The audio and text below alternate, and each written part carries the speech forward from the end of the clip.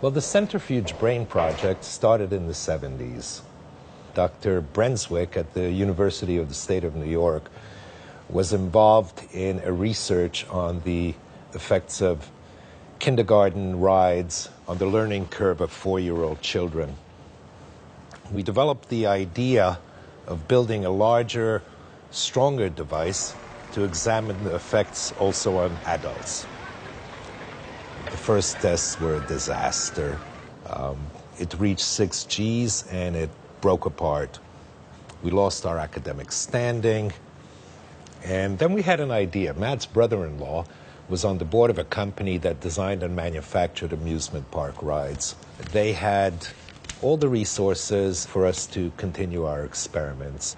We designed our first real prototype, which was the Sphere-a-thon.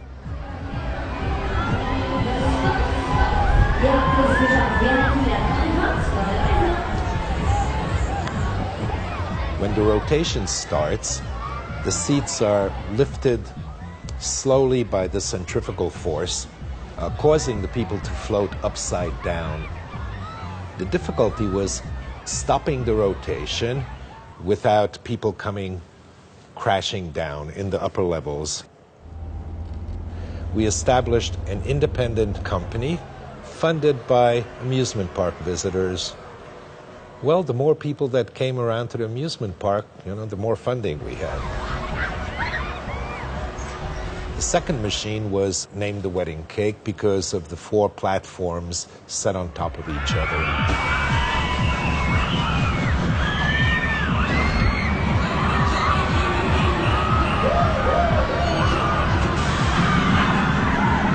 These machines provide total freedom, cutting all connection from the world you live in, communication, responsibility, weight. Everything is on hold while you're being centrifuged.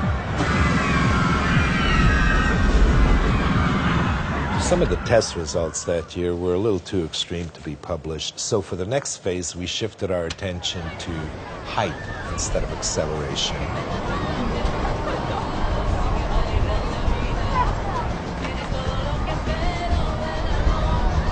Well, actually, the first day wasn't really planned out very well. Everybody wanted to get on, and not realizing that it was a 14-hour ride, some people fell asleep, missed their stops, and had another 14 hours, and you could imagine, the problems that entailed.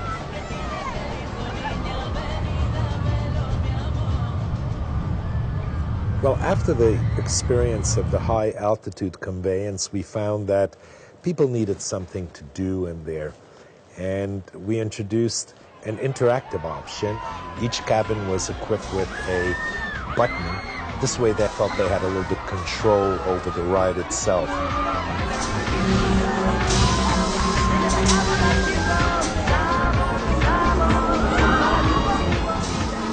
Except for one incident where the expander was placed a little bit too close to the building, there were no real problems with it, and there was a level of undefined brain activity around 30% higher than the kids who stayed on the ground.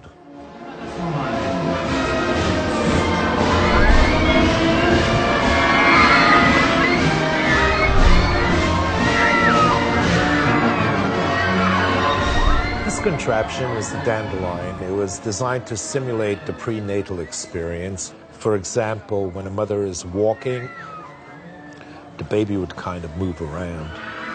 So we tried to compensate for the weight and size differential between an adult and a baby.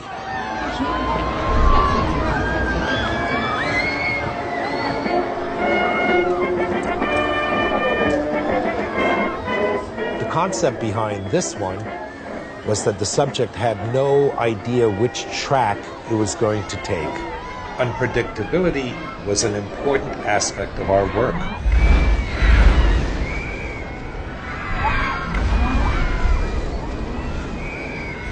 Which in many people resulted in readjustment of key goals and life aspirations.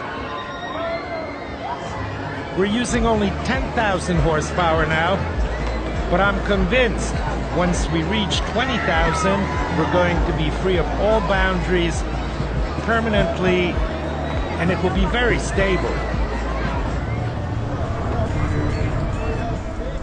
I mean, we had setbacks, but I wouldn't say that it was a mistake. It was not a mistake. If anything, the mistake is in nature. Gravity is a mistake. We fight the forces that hold us down, and whole life is an effort to escape from reality.